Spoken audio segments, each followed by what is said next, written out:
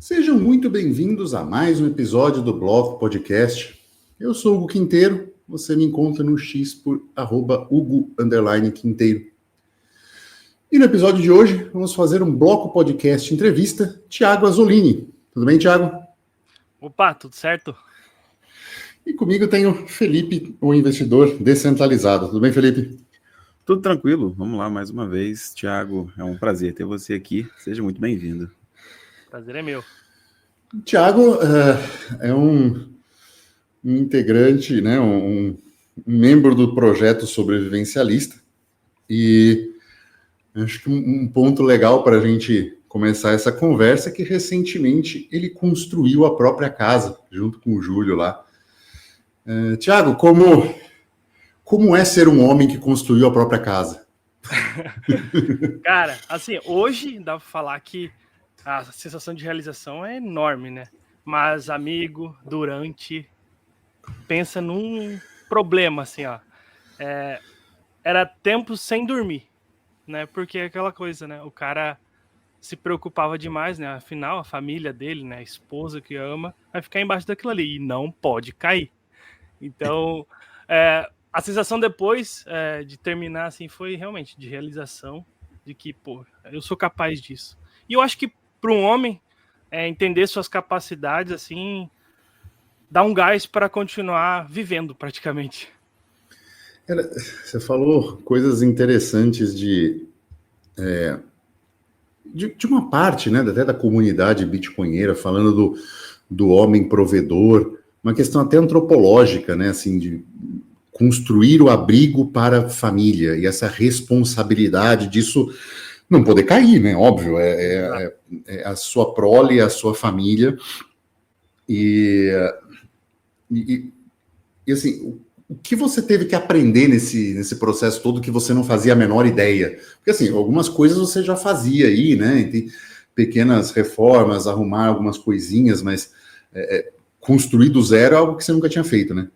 Exato. Basicamente, cara, o que acontece? Antes de tudo, né, que eu sobrevivencialismo, internet, YouTube, eu trabalhei por 15 anos na construção civil, né?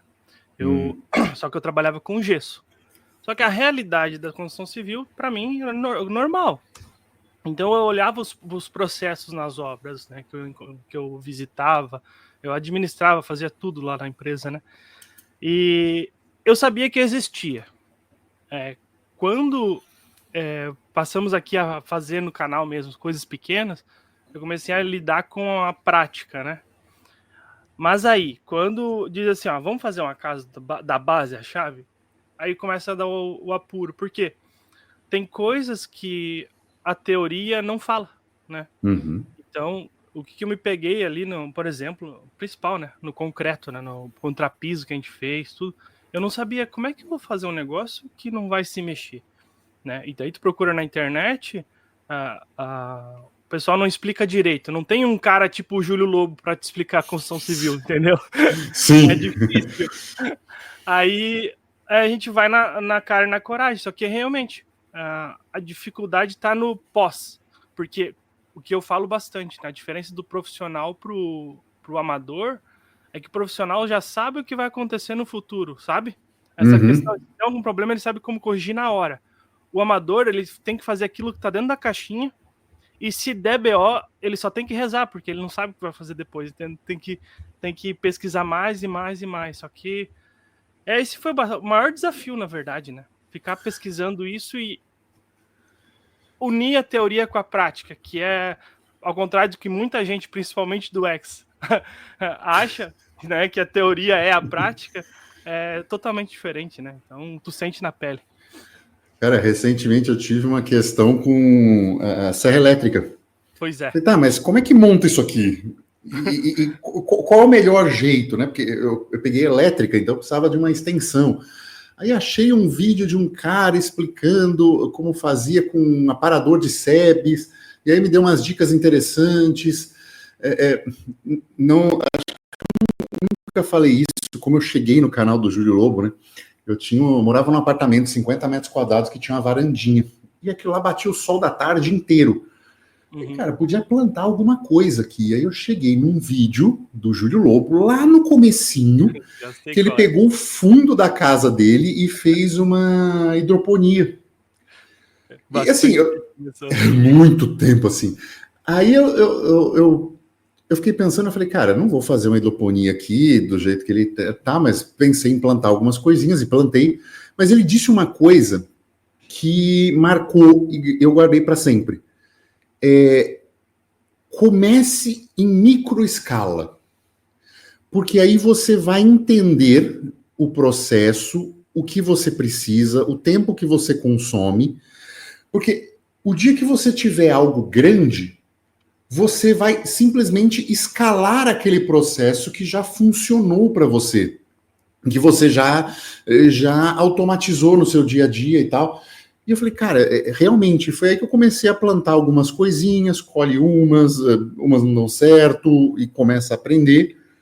E foi fundamental, porque hoje eu olhei as coisas, eu olho as coisas e falo, cara, eu preciso fazer isso nessa época, preciso podar agora, né? Porque agora aqui é inverno, então eu preciso podar uma série de coisas, agora é hora de podar, preciso acumular lenha, preciso fazer uma série de coisas, porque eu já comecei a ter essa ideiazinha lá atrás e fui escalando isso para os lugares que eu fui. Então, e isso falta em termos de construção civil, realmente. Você vai olhar como vai fazer alguma coisa, trocar uma tomada, né? Porque aqui é um padrão diferente de tomada. Eu falei, pô, nunca troquei, deixa eu ver como é que é e tal.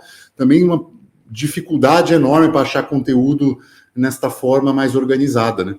Não, de verdade, essa coisa que tu falou de escalar, eu acho que o saudável é o que você comentou. Vai escalando, mas degrau por degrau. Uhum. Muita gente pensa que eu fazendo no micro, eu já posso só multiplicar por 100 e fazer no macro. E, na verdade, os desafios são diferentes. Você faz implantação, é isso, na construção civil é isso. Então, são desafios diferentes que começa a pensar, cara, não é bem assim. E nem eu fazer um pequeno contrapiso é muito diferente de um grande contrapiso, né? Então, essa questão que tu falou de degrau por degrau, que eu sempre comentei no canal, né? Que as pessoas têm que começar... Hoje essa hipérbole que reina em rede social, que prejudica, né? Porque o pessoal já quer começar sendo o melhor do mundo, né? E aí não consegue ser nada. Pois é. Não é? Construção civil para sobrevivencialismo. Qual foi o clique dessa mudança na sua vida, assim? Assim, cara, eu sempre trabalhei ali. Vou voltar bem atrás, né? Claro. Eu era um cara que não tinha muita ambição, não. A empresa familiar, eu tocava ela, deixava ela funcionando. Realmente eu era o cara que fazia funcionar a empresa, né? Então, trabalhava desde a administração até a produção. E aí, para mim, era aquilo ali. O que aconteceu? A empresa familiar, saiu meu pai, saiu minha família, ficou meu ex-cunhado e começou a ficar só eu. Né? Durante 15 anos eu pensei, só tenho isso para fazer, só tenho isso para fazer. E aí comecei a ficar nessa onda assim de que, só sirvo para isso e a cabeça começa a bugar, né? Nunca teve escolha, né? Aquela sensação de... Isso pra minha vida eu sempre fiz isso e agora? E se eu pudesse escolher, o que eu faria, né? Exatamente. Aí lá pelos 29 anos, mais ou menos, perto dos 29, 30, eu comecei a ter mais tempo de pesquisa, né? E aí me surgiu um curso de socorrista. E eu sempre quis ser bombeiro. E nisso, o papel da esposa é primordial, né? Eu disse, olha só, apareceu um curso de socorrista para mim no Facebook. É um anúncio, né? Daí ela disse, vai e faz, Thiago, tu sempre quis isso. Aí eu pensei, não posso fazer essas coisas, né? Aí ela incentivou, fui lá e fiz. A partir do curso de socorrista, que eu fiz por 1 ano, que abriu a cabeça, assim, disse assim, poxa, eu tenho que ser mais ambicioso, eu tenho que saber mais coisas. Eu sempre busquei por ser sobrevivencialista sem saber esse nome, né? Eu sempre fui o cara que quis ser autossuficiente nas coisas que eu tenho em casa. Isso nunca mudou. Mas essa parada de mudar a vida mesmo, total, foi quando eu comecei o socorrista. Daí do socorrista eu entrei numa equipe de resgate, e da equipe de resgate eu comecei a procurar mais conteúdo para ver o que a gente podia ensinar para civis, né? E nisso eu conheci o canal do Júlio, né, o Sobrevivencialismo. Aí eu tava vendo aquele carinha fazendo uma evasão no norte da ilha. Eu disse, pô, eu moro no norte da ilha, em Florianópolis, na época, né? Eu disse, esse cara é daqui? Eu comecei a vasculhar, ele tinha uma loja. A loja era 5 km da minha casa. Aí eu peguei e falei pro pessoal da equipe de resgate, ó, tem um cara aqui com 200 mil inscritos no YouTube e fala de sobrevivência e mora aqui perto. Eu vou chamar ele para ver se ele quer conhecer o nosso curso de sobrevivência, né? E aí eu fui lá pra loja, né? Aí cheguei na loja, tava o Júlio tocando o ukulele. Falei para ele do nosso curso de sobrevivência. Aí ele, na época, ouviu tudo, achou legal pra caramba. Depois, a minha parte de conhecer e apresentar os diretores foi essa, e os diretores foram lá, conversaram com eles, e ele mandou. Isso era uma época de verão, né? Na loja lá, bombava de movimento no verão. Aí ele pegou e mandou a Letícia, a esposa, para testar. Já fui lá fazer o curso de sobrevivência. No início eu conheci mais a Letícia, a gente começou a virar amigo de verdade mesmo, né? Começar a andar, a comer junto, eu, a minha esposa, o Júlio e a Letícia. E até que faz um tempo aí, foi em 2020, eu comecei a ajudar no podcast, porque eu só ajudava, né? Não sei se chegou a ver vídeo do Refúgio, eu ia lá para ajudar quando eu não trabalhava. E aí, em 2021, me chamaram. Disse, cara, vamos trabalhar conosco? Eu disse, mas é complicado, né? Estou aqui com um bom salário, com uma garantia, sabe, de emprego aqui boa, e vocês trabalham com o YouTube, e eu sou da administração, eu olho para o YouTube, trabalhar com o YouTube, eu vejo uma aberração, sabe? Porque de repente pode acabar o teu negócio. Sim. Aí, mas enfim, eles pegaram e me chamaram, eu vim. Eu já vim mudando para a cidade aqui e tô até hoje ainda. A gente já resolveu fazer uma vida junto mesmo. Vale a pena fazer os trem de YouTube, né? Interessante isso, né? Hã? E viu que vale a pena fazer os trem com o YouTube, né? Porque é uma quebra de paradigma, né? Eu entendo quando você falou, né? Tipo assim, pô, é mó incerto, né? Zé. É difícil, mas que bom. Você tá a 3 strikes de virar mendigo, né? Total. E assim, na verdade, nem strike. Por exemplo, né? Não sei se vocês viram, vocês acompanham. Minha esposa também tem um canal que se chama Mulheres SV. Sim. Cara, eu tô aqui no meu rancho. Pasme, né? A gente vive o que fala, né? Isso é meio complicado hoje em dia. Dificilmente acontece, né? Então a gente tem os pilares do sobrevivencialismo. O primeiro pilar é defesa. Eu tava colocando a grama e aqui eu ando armado. E eu não me importo com qualquer tipo de lei. Eu ando armado, ponto. Eu tava colocando a grama e aí minha esposa chegou com a câmera. A gente evita colocar no YouTube, mas ela chegou com a câmera e disse, eu não vou ficar tirando pra gravar. Eu tava colocando a grama e tava armado. O pessoal ficou apavorado com isso.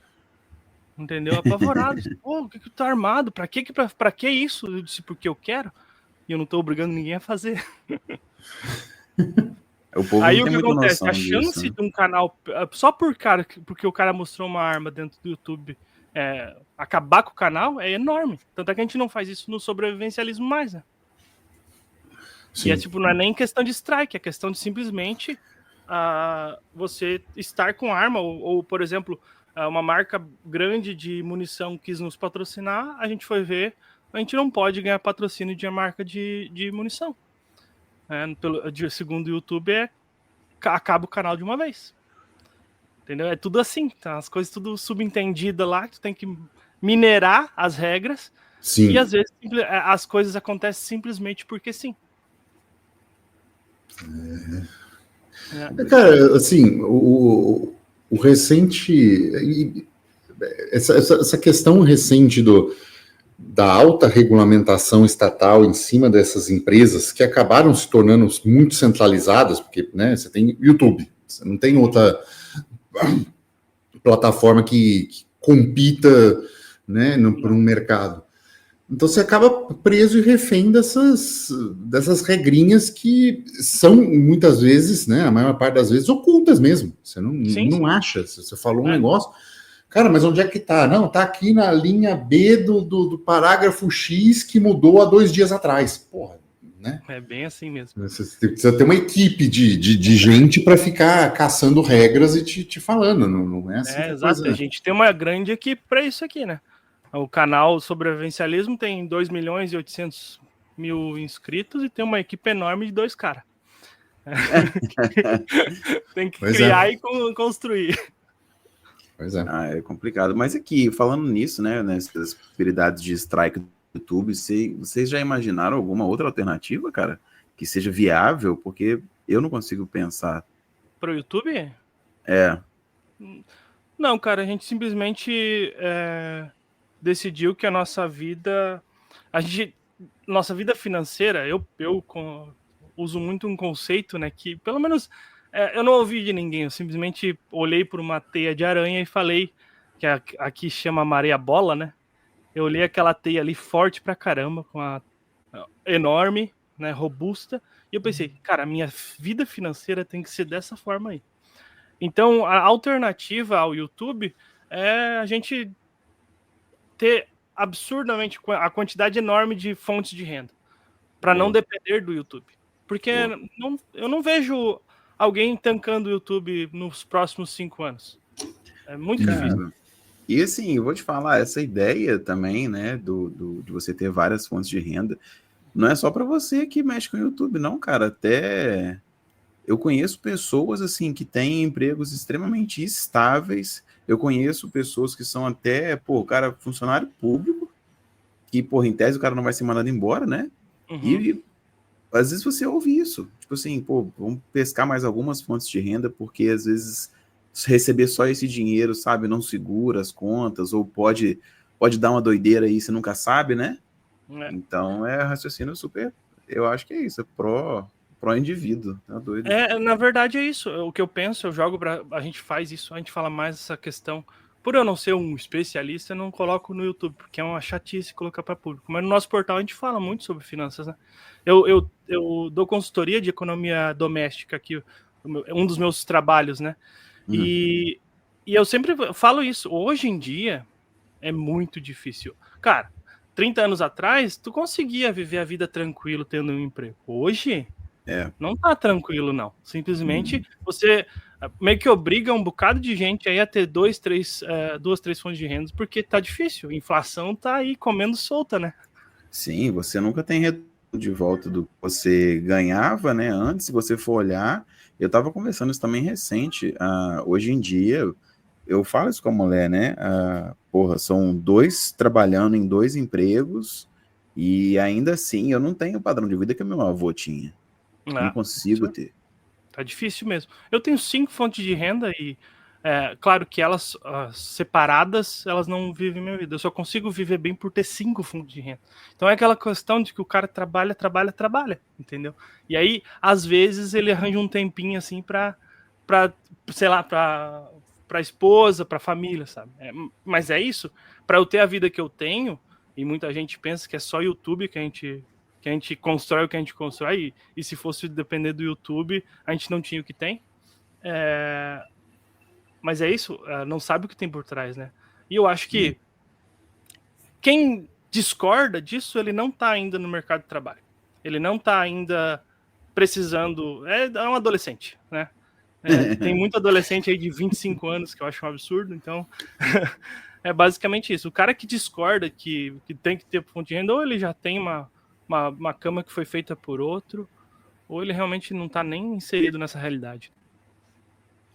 Cara, tá um período... A gente até tem episódio disso falando, né, como os boomers provavelmente foram a geração mais rica da história, a gente vai ter esse empobrecimento, né, assim. Exato. Eu lembro, tem uns videozinhos que falam, né, do boomer comprou, como é que comprou o terreno? Eu disse, eu dei 2 balas e 2 cigarros e comprei o terreno. Então, tem umas coisas disso, assim, meu avô é pré-boomer, né? Ele nasceu em 12, acho que 12. Cara, ele veio para o Brasil, ele entrou num banco como office boy, né? Na época contínuo. E, cara, tinha uma época que 2 meses de salário dele comprava um terreno no bairro hoje que...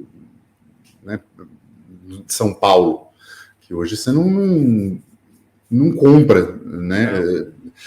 Então, para essa geração, e até para a geração seguinte, né, que é os boomers mesmo, é difícil esse diálogo geracional, porque para o boomer fala assim, pô, como é que você construi patrimônio? Cara, é só trabalhar. E o cara fazia uma coisa, um serviço não especializado. Agora você faz um serviço especializado, gasta anos numa universidade, uma formação que precise, por exemplo, vamos falar médico, né, que é bem reconhecido e bem remunerado na sociedade. Cara, os médicos não estão dando conta.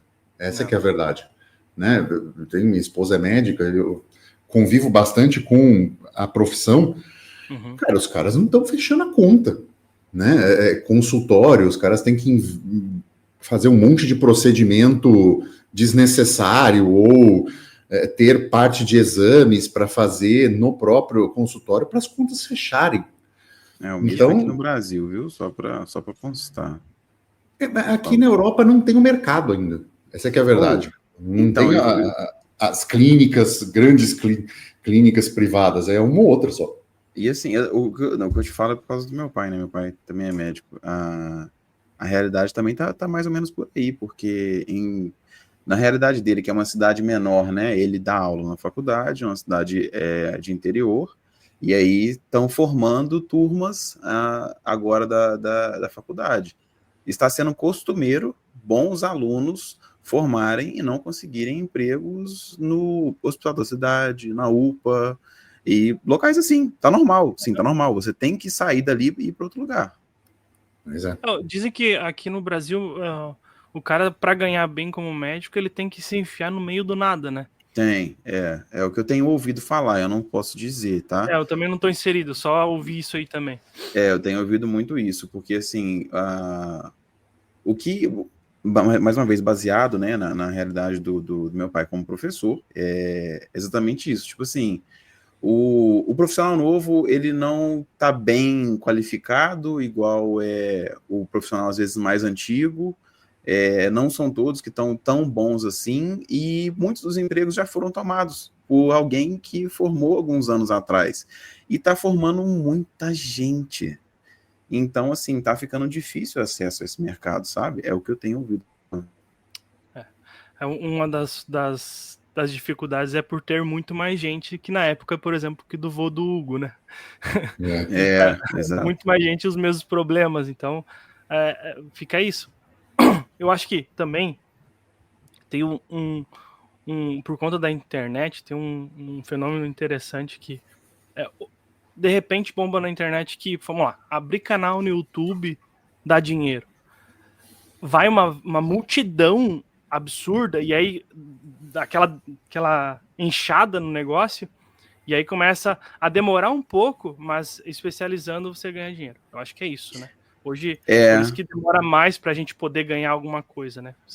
Como infla muito rápido as coisas, só fica no longo prazo, né? Quem realmente se especializou. E aí tem que ter culhão e aguentar no osso esse tipo de coisa, né? Porque muitas vezes tu vai... Por exemplo, o YouTube, né? O Júlio ficou 5 anos sem ganhar nada fazendo vídeo. Entende? É uma resiliência que o cara tem que ter já de partida, né? É uma barreira de entrada alta, né? Total. Assim, total. Quem tem 5 anos de tempo, né? Não dá para suspender as contas, né? Então, assim, tem que pagar de outra fonte, fazer um trabalho paralelo para aí sim conseguir viver disso. É realmente muito caro. Mas, Thiago, uma curiosidade assim, que me bateu como vocês chegaram nas criptos e Bitcoin nessa jornada aí? Na verdade, eu gosto muito de dinheiro. Assim, eu gosto de dinheiro pra caramba. Também é prazer. gosto de fazer dinheiro, o principal é isso, né? Eu gosto de empreender, eu gosto de tudo. E aí, claro que é tardia a minha descoberta do Bitcoin, né? Sei lá, 2018, 19, é por aí, que eu comecei a prestar atenção nisso. Então, eu vi ali, é uma moeda. E até hoje eu trato ela como uma moeda, né? Muita gente, Sim. quando fala assim, eu ouço investimento, fica meio borrado para mim, sabe? O entendimento sobre o que o cara fala. Mas para mim é uma moeda, e eu busquei, por conta realmente de gostar de finanças, e tá vendo que funciona o negócio, e eu fui lá e comprei uma merrequinha. Hoje não tem nada do meu patrimônio praticamente, né? Não tem 5% do meu patrimônio em Bitcoin. Mas é algo que eu pego ali e falo assim, isso aqui por enquanto tá funcionando, vou colocar 5% do que eu posso perder aqui, e se der errado, paciência. Foi legal enquanto durou. Né? Mas pelo menos ele tá aumentando a robustez como moeda. E você tem rebalanceado esses 5%? Porque... Pois é. Há uma parada, por exemplo, assim, tem muito que acontece, né? Na minha realidade hoje. Os últimos 2 anos foi de muito investimento na vida prática mesmo, né? Comprar terreno. Casa, 3 anos, né? Comprar esse terreno aqui, que não foi barato. Eu estava na questão da venda da minha casa lá de Florianópolis para poder compensar isso, né? Então, o rebalanceamento não. Aconteceu de eu colocar dinheiro, né? Do que eu tinha ali, realmente de brincadeirinha que eu falo, né? Uhum. Quando tem gente que leva a sério tudo. Eu não, eu brinco com essas coisas porque levar a sério eu estaria muito mais focado nisso, né? Então, o que acontece? Quando sobra um dinheiro, eu vou lá e compro Bitcoin. Claro que nas altas eu não gosto de pegar, nessas super altas, assim, mas, por exemplo, bateu 100 mil, foi a 91, eu disse, putz, não tenho dinheiro, vou perder essa chance. É isso. não tem sofrimento incluso nisso, né? Sim, isso é importante até, né? Lógico que tem os emocionados que acabam virando os mãos de alface, mas é bem isso mesmo, né? A gente tem que olhar as coisas com uma frieza de um não assim, trabalho, né? Não sei que você faça isso profissionalmente, mas se você não faz, você tem que olhar isso à distância, não tem como se envolver nesse nível, né? Exato, cara. E é outra coisa, tipo, como é uma moeda, ela é o dinheiro, né? Propriamente dito. Eu não tenho. Na minha cabeça, isso é a minha característica. Eu faço dinheiro empreendendo, vendendo coisas. E aí o investimento faz esse dinheiro ficar mais seguro em manter aí questão passada da inflação, essas coisas assim. Então, por isso que eu faço por tudo. Eu invisto na bolsa, eu tenho metais preciosos, eu tenho chumbo. É isso que eu faço com o meu dinheiro, porque fazer dinheiro é com trabalho. Né? Na equação econômica, se tu tira o trabalho, zera tudo.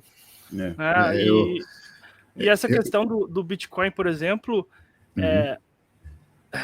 vamos lá. Tem esse monte de gente que nunca produziu nada ficando rico. Entende? Esse é o problema do Bitcoin para mim. A pessoa nunca produziu nada para a sociedade e vai ficar milionário. Isso é um problema, porque no longo prazo você só destrói a sociedade. Recentemente eu passei por essa mudança de casa também, e acho que você vai acho que eu vou complementar o que você disse.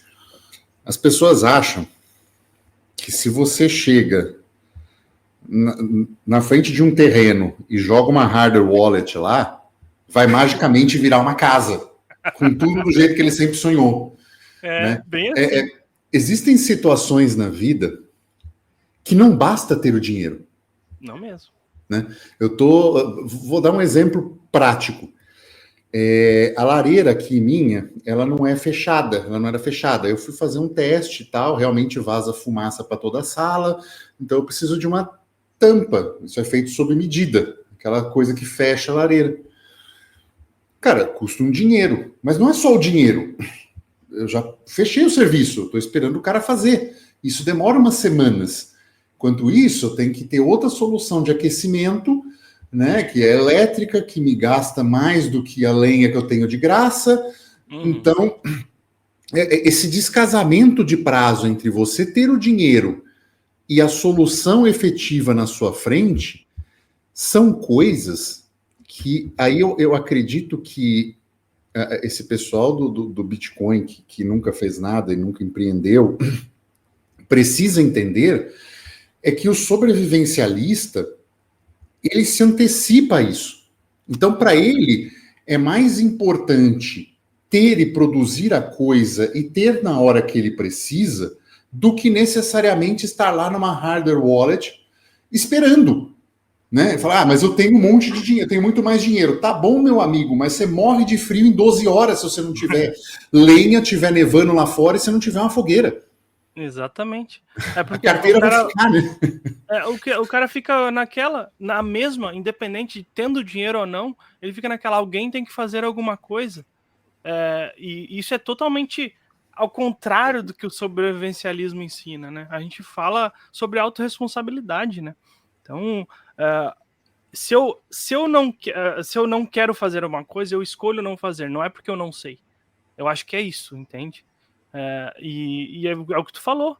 Se o dinheiro que você tiver, tem coisas que demoram o tempo que tem que demorar, né? E aí, você fica no frio, você morre.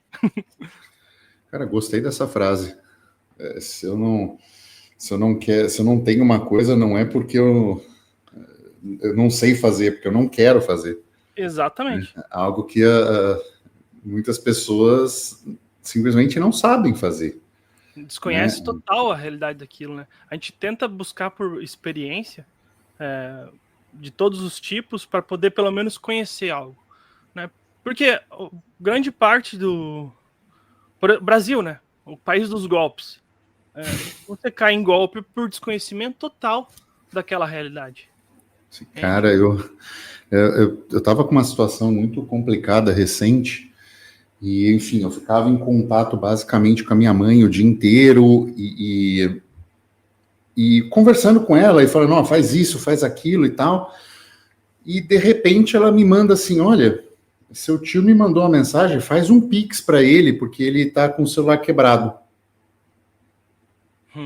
Na hora, bicho. Falei, cara, isso aqui é golpe. Ele ligou, não, mandou mensagem. Falei, então liga para ele, no telefone dele, e pergunta. Mas assim, era um momento propício para a gente cair num golpe, porque sabe quando tá um monte de coisa acontecendo? Não, pega isso, agora vai para o hospital, porque tava uma coisa meio assim de, né, com meu pai. Então foi uma coisa na correria e nessa o cara manda golpe, assim. E a gente tem isso no Brasil, aqui em Portugal acontece, mas é bem menos e bem mais descarado. Eles ainda estão aprendendo a fazer a coisa, sabe? Então, assim, é tipo aqueles golpes antigões, assim. Então, sim. A gente já tá manjando disso. Mas é muito complicado, cara. Tem pessoas que efetivamente investem o tempo delas em enganar outra pessoa. E outra coisa, não é... Existe... Cara, eu não tô livre de cair num golpe. Tá? Essa que é a questão. Existem estágios, mas eu digo, a maioria dos casos é por desconhecimento total da realidade. Pô, pegar numa situação emocional que vocês estavam aí, estava propício com certeza para receber um golpe e não parar para pensar nisso. Sim. Isso acontece muito aqui também, né? Meu pai já ligou desesperado para mim uma vez. Ô filho, tu tá bem? Isso aqui, o que aconteceu? Eu disse, alguém mandou mensagem com a minha foto de um número diferente, só que ele não prestou atenção no número, né?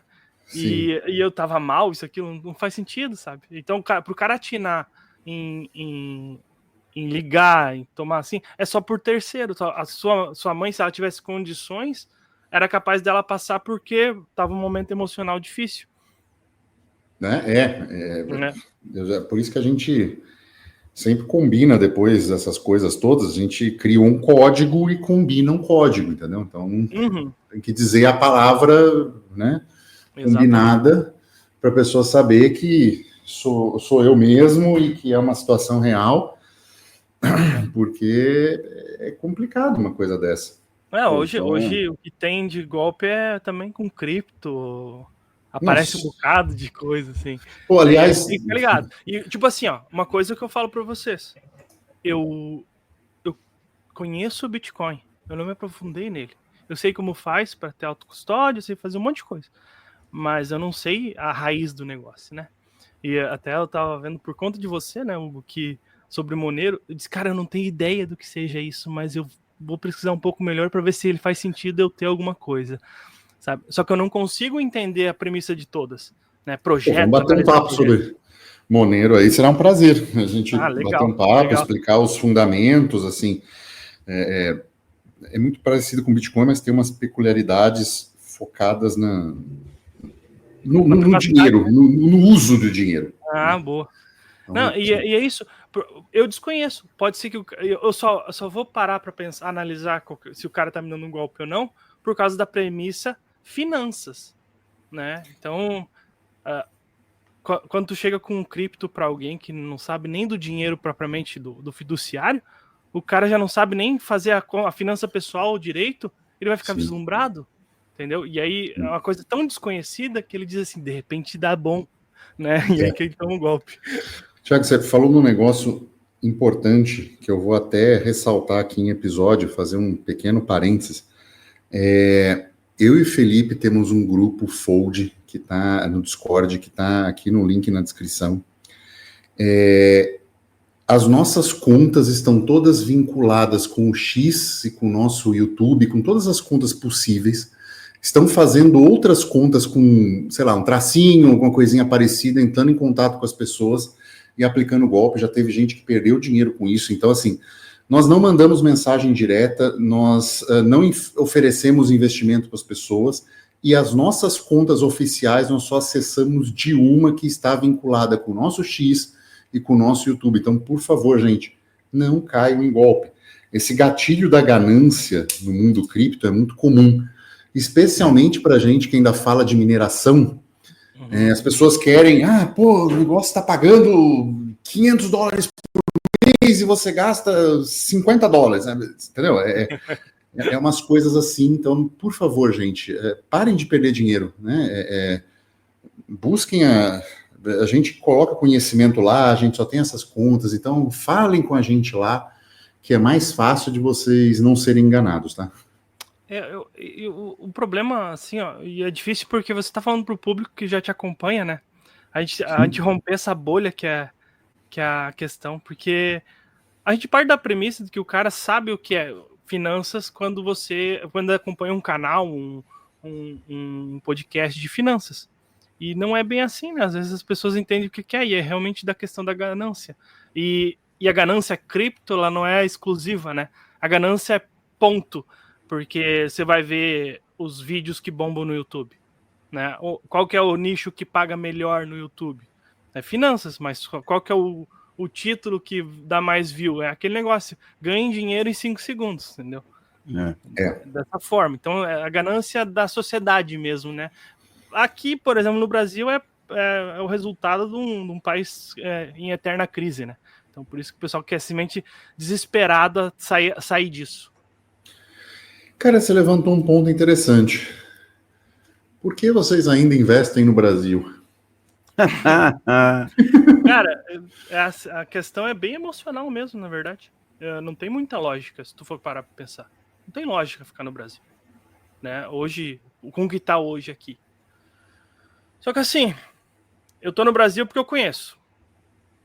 Eu sei, tá sempre em crise, eu tô sempre ligado. Eu sou brasileiro, e continuo sendo brasileiro. O valor que tem é isso, não sei o que dá para ter de vantagem, mas eu não conheço os outros países ainda, né?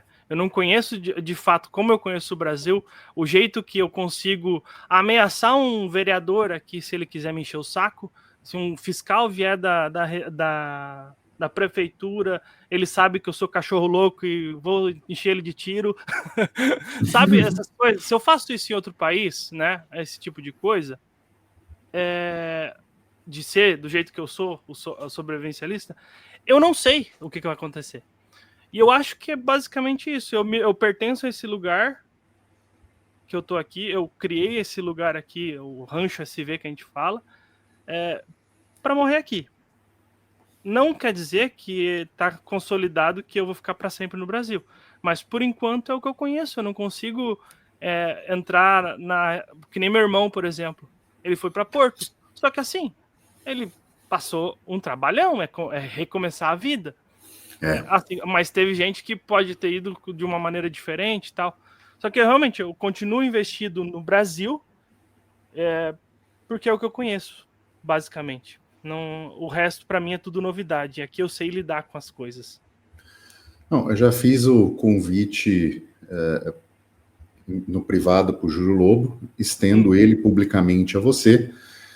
Daqui uns meses, né, com essa questão de descasamento de prazo, provavelmente eu vou ter uma casa aqui de visitas. Quero convidar você e sua família para vir passar alguns meses, né, assim, você pode ficar até 3 meses aqui. Pode gerar conteúdo e tal, enfim, conhecer.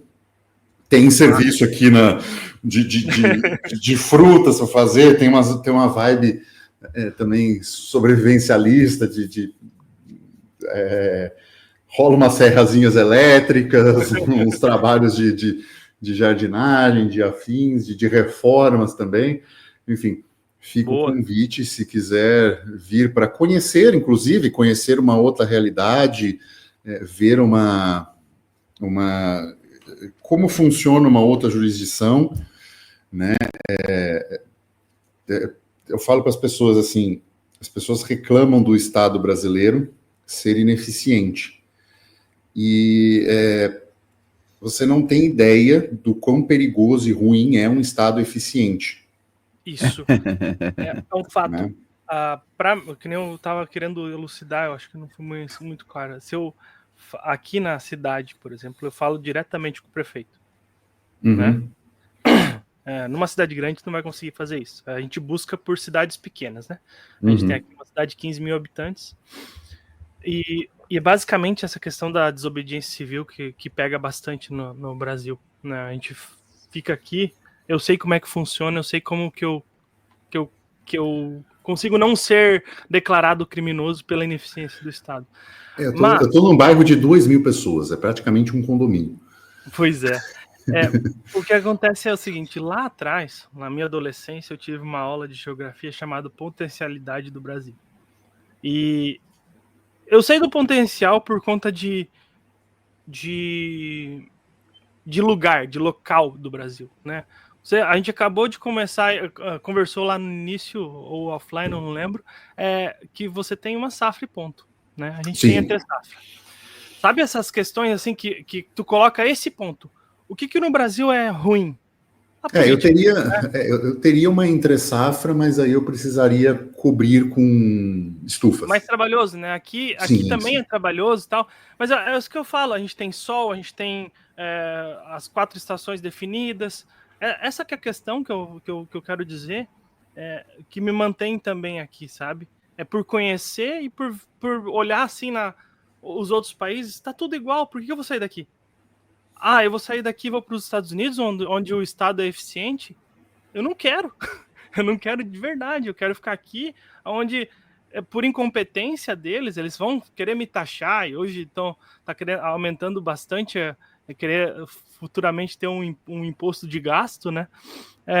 Mas, cara, eu vou dar um jeito. Eu vou dar um jeito por enquanto. Porque eu não consigo pensar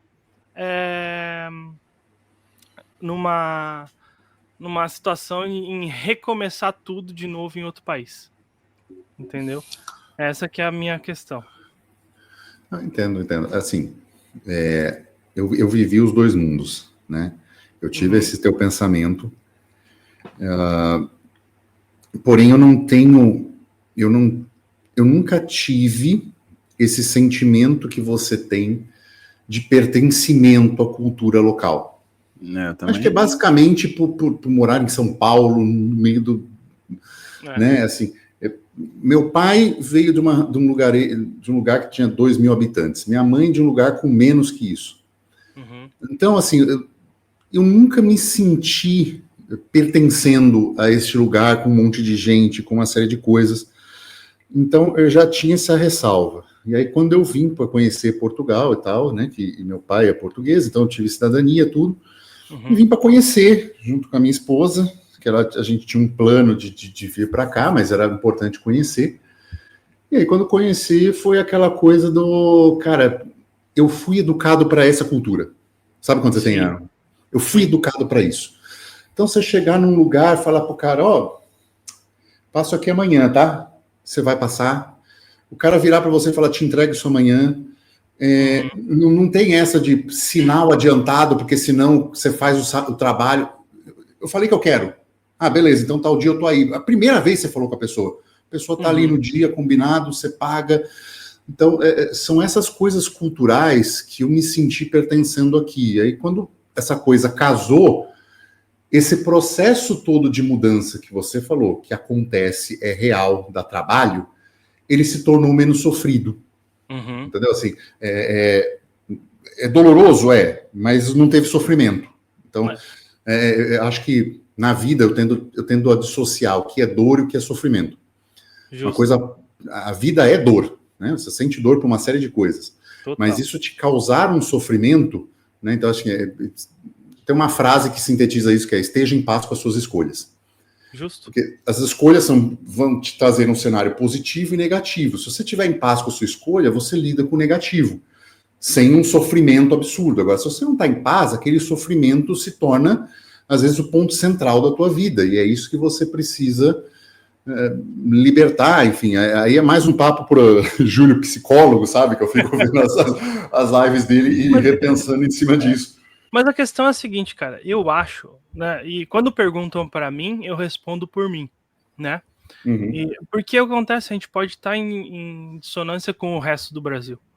Porque a gente construiu a nossa vida num formato que... Eu morei em Florianópolis, uma cidade, vamos lá, uma capital, cidade grande, e eu vi que aquilo ali eu não quero mais, sabe? E eu pensei, o que é a opção mais perto? E a gente buscou aqui, onde a gente está, Antônio Carlos, cidade de 15 mil habitantes, uma cultura um pouco mais tendida à europeia, sim, né? Bem europeia. Então o que a gente pensa? Eu acho que por ser pequeno e por falarmos para o Brasil inteiro, mas a gente nunca cometeu o erro de falar que incentivar todos a fazer o que a gente faz no Brasil. Não. A gente faz, e quando muita gente pergunta, né? A gente tem plano de sair do Brasil. Nós não temos. Para nós, a vida que a gente construiu é boa. Ah, mas e o Estado brasileiro? Ele não entra na minha porteira. Ele fica da porteira para fora, né? Exato, né? Então, já veio o vereador, candidato a vereador, o que tu precisa aqui? Eu disse, eu preciso que tu fique o mais longe possível da minha porteira. É isso que eu preciso. Né? Eu falo para ele, se precisar de ajuda, ele diz, não, cara, se tu precisar de ajuda com a cidade, eu quero manter ela um pouco mais segura. De resto, aqui dentro eu não quero nenhum favor teu. Entendeu? Falei para filho de prefeito, falei para vereador, é que eu não me importo. Tem gente que endeusa o político, né? Eu não me importo, ele vai no banheiro igual eu. Entende? Então, eu acho que é por isso que a gente tem esse viés mais de ficar no Brasil, porque a construção que a gente fez não foi estar em São Paulo, que nem você falou. Sim. Vocês não estão no Brasil, né? Vocês estão no Rancho SV, essa é a diferença. Exato, eu não estou no Brasil, justamente. É isso que dá um gás pra gente, né? E é aquele negócio, a gente constrói um negócio. Não é fácil, é sofrido pra caramba, dói tudo. Tem sofrimento por conta de terceiros, às vezes, com certeza, mas de resto, quando depende só de nós, é somente a dor, levando a linha que você falou. É uma dor sem sofrimento, isso é... Exato. É aquela... Nessa mudança aqui, as pessoas perguntaram como é que você tá? Falei, corpo destruído, mas mente vazia. Justamente. Porque quando você está realizando coisas... Né, você está tirando aquela coisa, precisa fazer isso, precisa fazer aquilo, queria ficasse assim. Não, tá ficando assim. Cansa, óbvio. Só que o corpo cansa, mas a mente vai esvaziando. Você começa a realizar as coisas, você começa a fazer as coisas todas, e isso é uma... Cara, é que a gente volta lá no começo, né?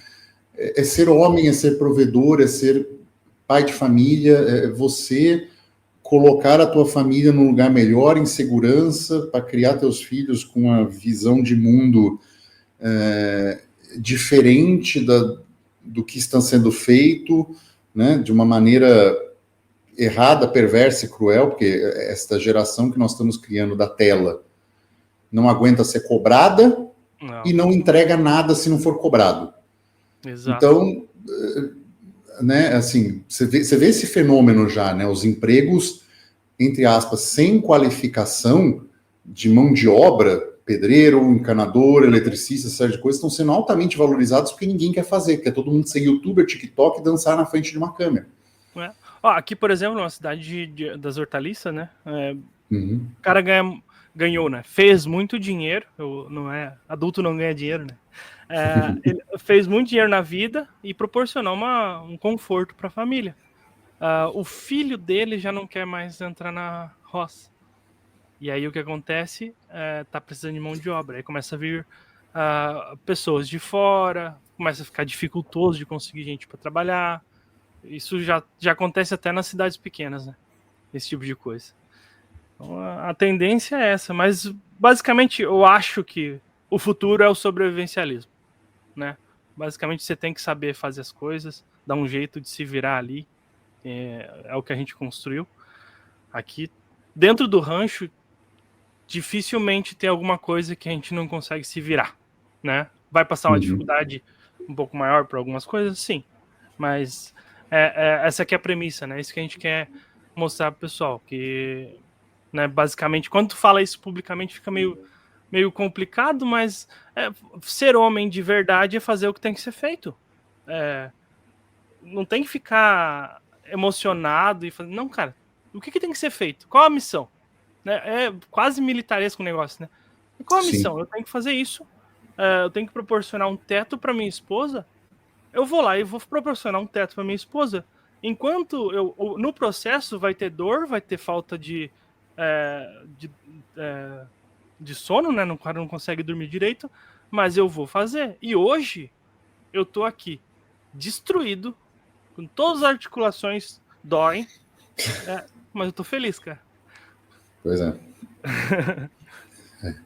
Usando o corpo, né, para que ele foi feito, para construir coisas, para... A gente é feito para isso, né? A gente comentou já uma vez, né? A gente é o zelador da terra. O homem é o zelador da terra. Ele mantém tudo funcionando. E, Thiago, quais são os planos agora? O que está na lista de fazer agora que vocês construíram a casa? Qual é os próximos passos? Mais uma casa para esse ano? Claro. Esse ano a gente já está até março. Eu quero que o Júlio more aqui, cara. Até março ele tá morando aqui, né? Então ali hoje até a gente já colocou toda a brita, já tem telhado. Quem é do portal já viu o episódio, né? Do primeiro episódio da casa dele.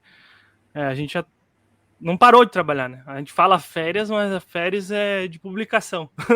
A gente continua trabalhando. Então a casa dele é prioridade. Depois da casa dele, a gente vai dar só uma aliviada por causa existe um projeto vindo aí fora de YouTube, fora de sobrevivencialismo. A gente vai dar uma focada nele, mas tem morar no campo é não descansar. Deixa eu dar uma provocada aqui. Vocês não têm um projeto do tipo Airbnb sobrevivencialista, não? Tipo, de construir algumas... assim, de construir alguma cabana que seja, ou espaços pequenos aí, para que a pessoa possa vivenciar alguns dias aí com vocês. Que aqui é bem comum, tá? Turismo rural. A pessoa vem e fica, né? Os caras fazem geralmente umas casinhas de pedra, a pessoa vem e fica hospedada uns dias e ajuda nessa coisa da obra, tipo assim, é mão de obra de graça, inclusive. Né? Mas para ajudar e entender funcionamento, vocês não têm isso? Cara, não, é porque, o que eu vou te falar? Não é uma decisão final, mas a gente vai evitar ao máximo esse tipo de coisa. Porque o sobrevivencialista, pelo menos a nossa linha de sobrevivencialismo, ele tem um limite que é a propriedade privada, né? Então, a gente não se sente... A gente cogitou isso, 2 anos atrás a gente cogitou, e depois eu pensei, cara, vamos trabalhar em outra coisa para ter dinheiro, porque eu quero que o meu lar seja meu lar. Eu quero trazer pessoas pontuais aqui, né? Eu não quero deixar um negócio público, praticamente, né?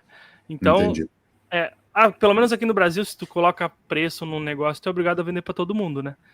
Então, não vai acontecer. Pode ser que aconteça algum evento, algum projeto que inclua o cara ter uma experiência conosco?